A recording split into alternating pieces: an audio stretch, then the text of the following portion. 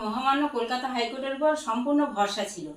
গত 30শে জুন বিচারপতি জয় সেনগুপ্তের বেঞ্চ সিবিআইয়ের উপরে এই কেসের তদন্তভার দেয়, যেটা গত 6 বছর ধরে রাজ্য সরকার বিভিন্ন হেনস্থা করে তার পরবর্তীতে সিআইডি হাইকোর্টে মূল অভিযুক্ত শেখ শাহজাহানের নাম বাদ দিয়ে চার্জশিট জমা দিয়েছিল।